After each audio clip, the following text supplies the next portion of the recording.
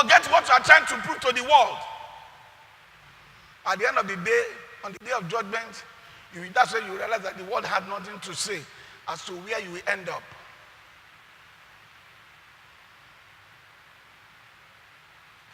If you had to look at every corner of your life,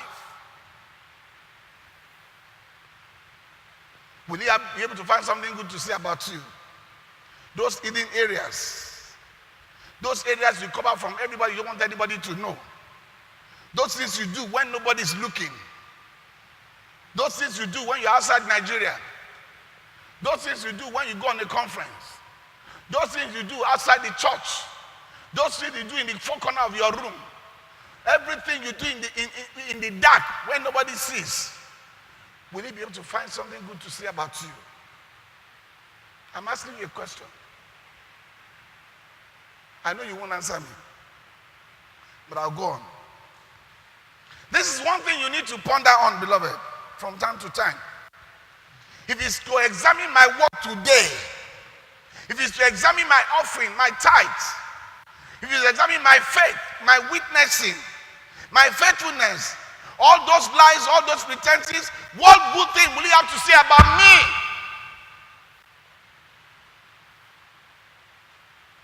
These are things that should haunt you from every second of your life. You need to, I do a review of my life every day. You need to start doing a review of your life. Because the end can come at any time. Many people claim to have seen rapture being very near. But the truth of the matter is that all the signs for rapture is here. So even if it is not by death, rapture can come. And if it comes now, are you sure you will make it? Are you sure you're one of those that will be rapturable?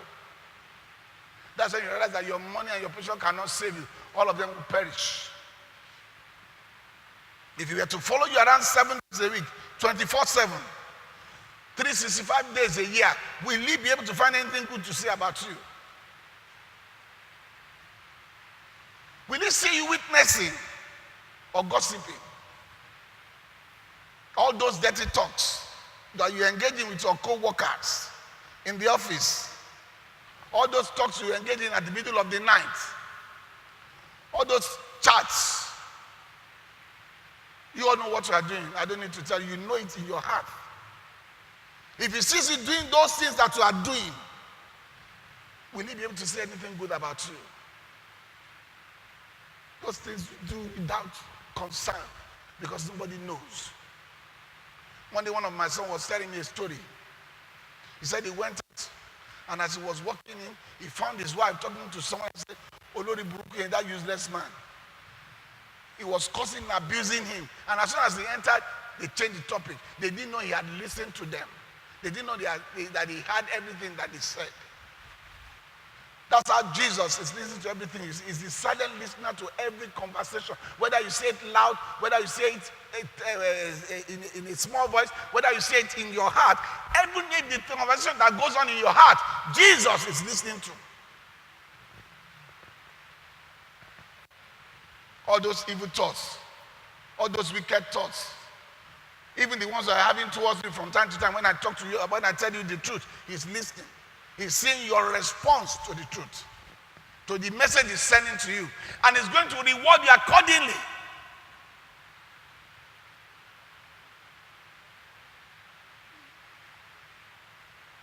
I think the person to fear is not the one you can see, but the one you cannot see, but who can see you and knows everything that you are doing, is the one you should fear most. But unfortunately, you fear the people that you can see. You don't fear the one who cannot see you. You cannot see, but sees everything you do. Because no matter where you hide, he sees you. That is the one to fear. But because you cannot see him, you don't fear him. But whether you fear him or not, whether you believe he exists and is seeing you, on the day of judgment, you will know that he has seen everything. You don't need to open your mouth. They will show you the blueprint of your life and say, this is a video. Is it a lie or not? If you wonder, when did they capture this video? He said, everywhere you go, we were capturing you. But I didn't see you. You don't need to see me. But I was there. I had my representative follow you everywhere you go. That is the Holy Spirit. And he gives you a report of your life every minute, every second of the day. There is nothing you don't do that we don't have the record of. Every word that comes from your mouth, every thought that comes from your head, every action you take, your walk, everywhere you go, we have the record of everything. Tell us the day, tell us the time, we'll show you when.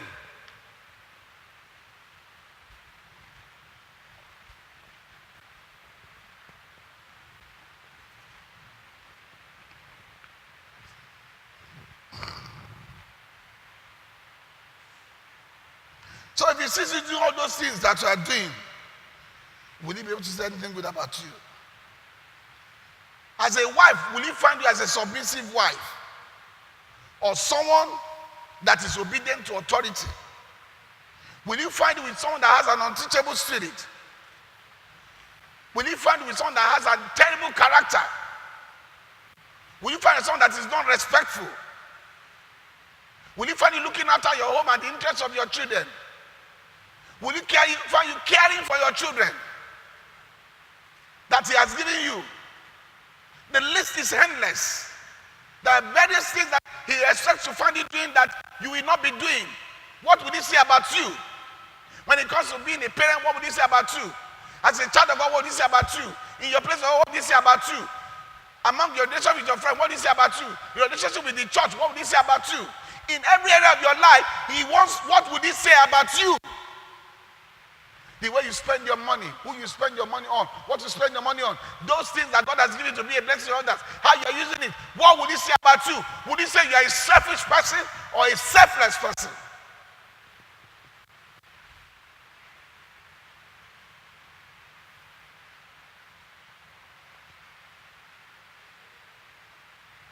Are you kind? Are you compassionate? Are you good to everyone? Are you fair to everyone? Are you just? What would he say about you? Will you find you as a lazy husband who just sits around and lets you have to go and do all the work and doesn't care how she makes the money? Even if she goes to prostitution, just make the money and she spends the money. Will you find you living up to your role as a man? Will you find you living up to your role as a father? Or you're a runaway father who just give back to children and you don't care about how they survive? Many people want children, they just want children, as if they use children to take loan from bank, as if children is a fashion that they wear, but they don't think of the implication, they don't think of what it to raise a child, what is going to cost them, the time, the energy, the money, and the resources. They are not thinking of it. They just want to have children so that they can show the world that they have children. Sometimes I hear some funny things at times. People say, I've taught in my life, right from my youth, I've dreamt that I'm going to have 5 children. I dreamt I'm going to have 3 children. And I'm looking at them, which school of thought are you from? Hey, look at what is on ground. Can it be possible? Can you afford it? Do you have the time? Do you have the resources? And you say you go to school. Which school did you go to? Did you learn anything? You are talking like a bloody illiterate. Because as I was growing up, I said I was going to have 3, and yet the economic situation does not permit it. The time does not permit it. And you say you went to school. What is the proof? You are talking like someone who did not even pass through university at all. And this is just simple common sense. But because you never imagined the expectations of God, you didn't know that God has a purpose for the children. You didn't know that as God is giving you, there's something essential to do in their life. You just think children are just a fashion so that you can have, so that you can show the world. You don't know. And when God will come and ask you, how did you handle that child? Many children today are roaming about the street. That's why we have a lot of armed robbers. We have children who have gone to 20 because the parents did not have time for them. They just want to be a father of a child. Many people don't know what it is to be a parent. So you find many men today sleeping. Even when their wife gives them money to pay children's school fees, they spend it. They drink, they carry women. I was told of a story that happened recently. A man left his house, told his wife, I have a conference. This happened just a few weeks ago. Real, here, Nigeria. I have a conference outside Lagos. A 4-day conference. And the wife went in as a dutiful wife, packed his bag and everything, put his clothes, his undies and everything. and escorted him to the car. A successful man, doing well. He entered his car and drove off. The next story they had was that he has been kidnapped, and they started demanding ransom money. By the time they located him, they had killed him. But some of the people that kidnapped him, they were able to get them. And in interrogation, they said that the man actually came on a date. They met him on the internet. He was chatting with them on the internet, and they put a picture of a woman as if it was someone talking to him. So they started talking, where are you? Can I date you? So he went on a mission to have sex for the weekend. And his wife was one that packed his load. And it was when he got there, he traveled out of Lagos to somewhere he has never been to, to someone he has never met. And when he got there, he said, hey, so you too, you came, you want to come and have good time. You this man, he was in the process of just dealing with him that he died. What will he tell God? And I know that some of you are on internet dating. Don't act as if you are looking innocent. You know what you do. Some of you are doing internet dating. You know what you do. You meet on the internet. And I hope you learn some lesson from it. Because if face by face, you cannot date. You have to go on the internet to go and look for a man or a husband. You have a problem.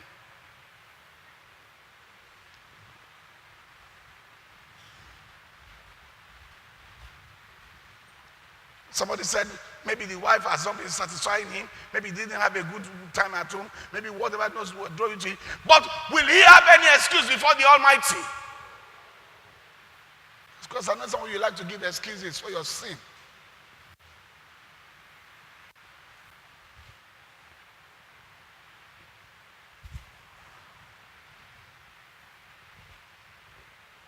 Do you respect your husband?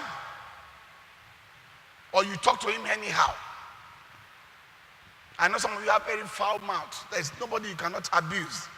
Some of you, my daughters, you are not married yet, but I'm wondering when you get married, what is your marriage going to look like? Because from the way you talk, I'm wondering how many men can tolerate the way you talk. Your parents tolerated it, everybody tolerated it, and you just talk anyhow. But I'm wondering, are you sure your in-laws will tolerate it? A mother was telling me the other day that she told her daughter, he said, all these things that you are doing to me, your mother-in-law will not take it too. By the time you get married, they will not take it. I'm warning you. The fact that I'm your mother, I'm taking it doesn't mean that you can. You better learn, because your guys will go and learn from outside.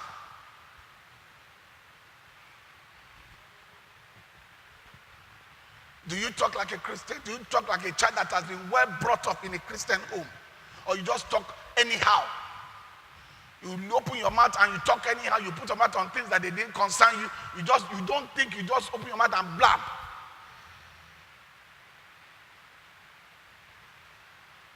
You don't fear anybody. You don't respect anybody. I keep telling you, don't marry anybody who doesn't respect anybody. Don't marry anybody who doesn't fear anybody in his family. Because the day something happens, who would you go and report him to? He does not give a damn about anybody. He does not have anything for anybody. So when you go to him when he's done anything wrong, you're on your own. He doesn't even fear God.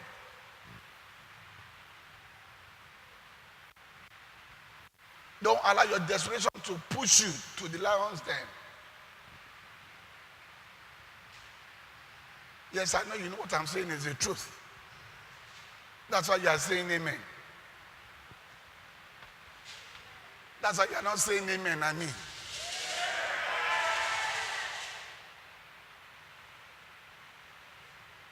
Do you respect the position of your husband? Even if you don't agree with everything he's doing. Do you respect his position as a head? As your head? You saw him like that before you married him. Nobody forced you to marry him. You chose to marry him, whether out of desperation or what, but you chose to marry him. You knew what made you to marry him. You have seen the picture. But do you respect him as your head? You cannot tell me that you didn't have a foresight or an idea of what that man has turned out to be today. Because somewhere along the line, he showed you signs, but you say you don't mind. Now you are into it. You are not saying he's a lazy man. He cannot walk. I have to feed him. I have to buy clothes for him. When in the first place, you are the one that bought his wedding cloth. So what is strange? What is new now? You used to give him money. You used to buy things for him. You touch him up so that he can fall into class with your friends because you want a husband. Now you are married. You have been satisfied. You have children. Now you are complaining that he's not man enough. Did you see it that way before? Hey, I have news for you. You may not like him. You may not like what he's doing, but you must respect his position. He is your head. So think, for those of you who have not get it, who have not entered into it, think carefully now. Because at the end of the day, he is your head.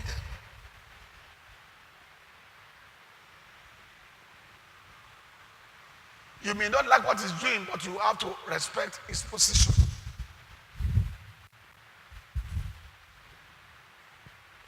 The Bible says you must submit. That's what the Bible says. That's why you must look before you leap. Don't become cunning man die, cunning man burial.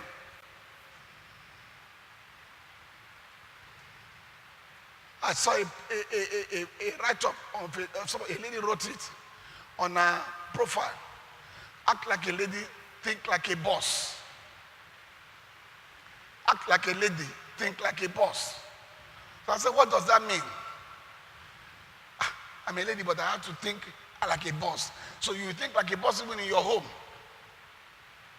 You are a lady, but then you want to be the one in control of the house. So I threw it out to some ladies to give me comment. And one of them said to me, what is wrong in that? In being a boss over a useless man, over a lazy man.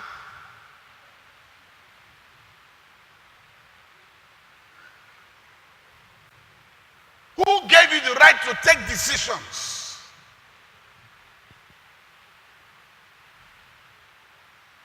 I keep telling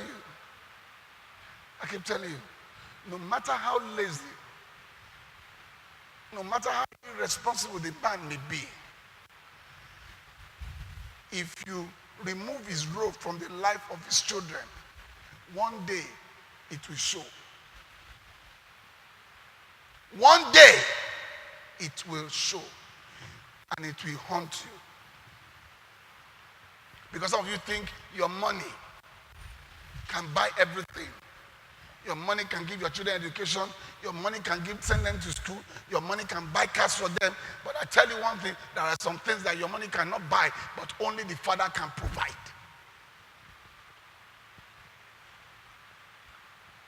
You won't say amen. But whether you say amen or not, it is the truth.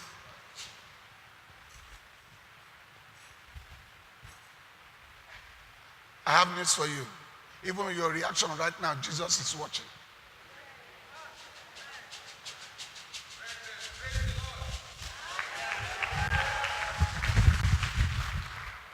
There is a record of your reaction now.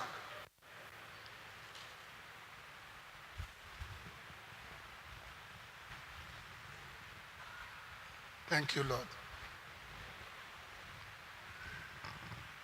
In the case of Abraham, God had something good to say about him. So that I cannot hide anything from him because he would train his children in the way of the Lord. I believe that he would do so. He had something good to say about Abraham. In the case of Job, he had something good to say about him. He said he was a man with integrity. In the case of Jabez, he had something good to say about him. He said he was more honorable than all his brothers. What will Jesus say about you?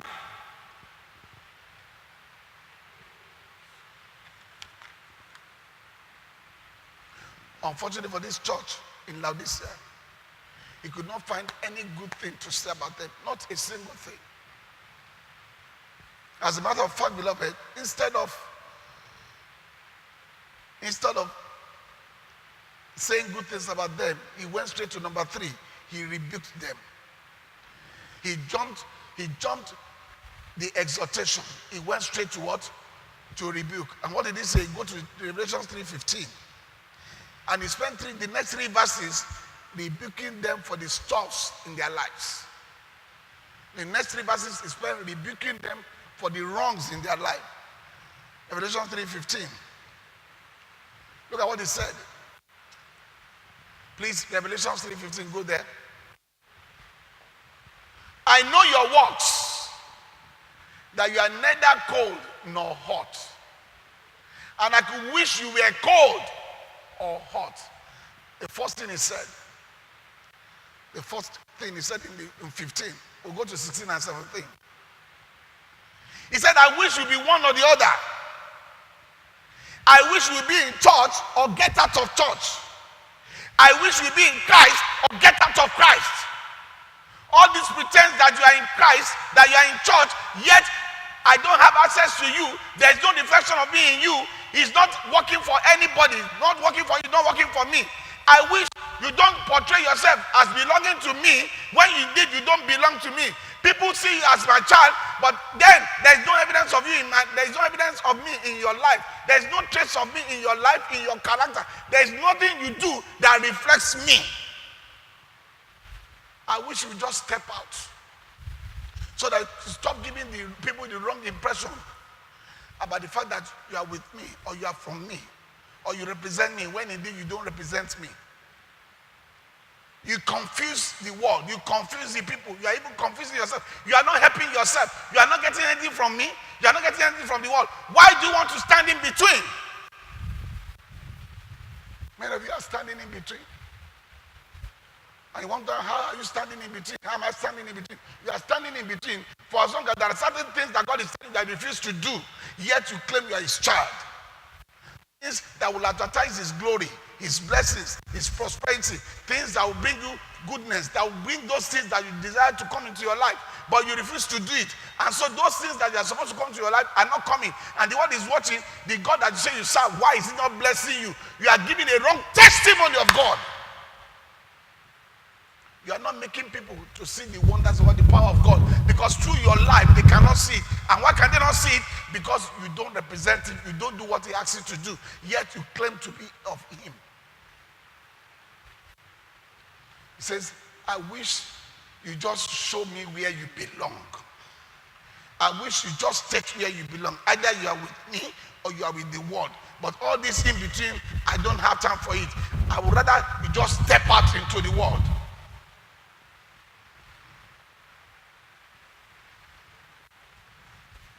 Stop all these pretenses. Stop all these lies. Stop all this confusion. Stop all this manipulation. Stop all this deceit. He's not helping you and he's not helping me. I need to know those who are truly with me. I have no use for you. The world has no use for you. You are just sitting on the fence.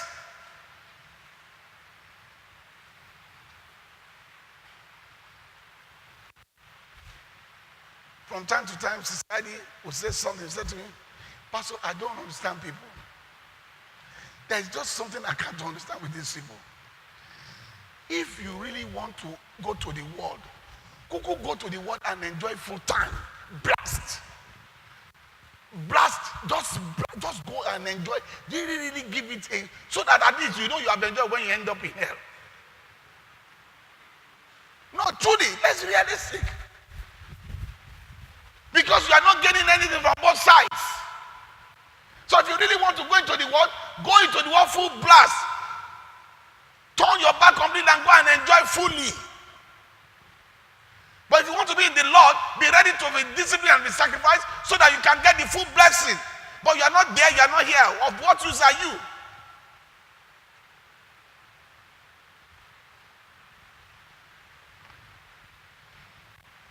Everything you do in the house of God is by your own head knowledge. It's by your own thinking. You see, apply the knowledge of the world in the house of God. And when you go to the world, you say, I cannot do this because I'm a Christian. You are not enjoying the world, you are not enjoying the house of God.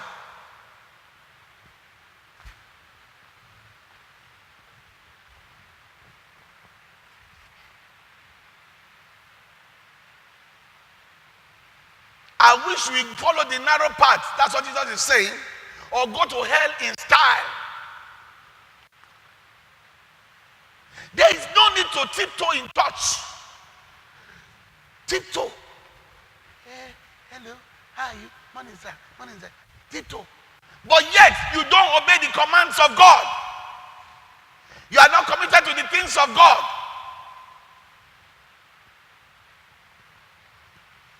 I want you to understand this, beloved. People like this in this church are the ones that gives me the biggest problems. I call them the neither here nor there people.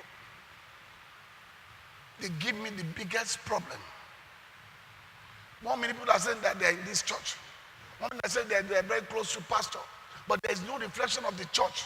There's no reflection of our doctrine. There's no reflection of me in their life at all. But they are claiming they are part of the church and they are part of me.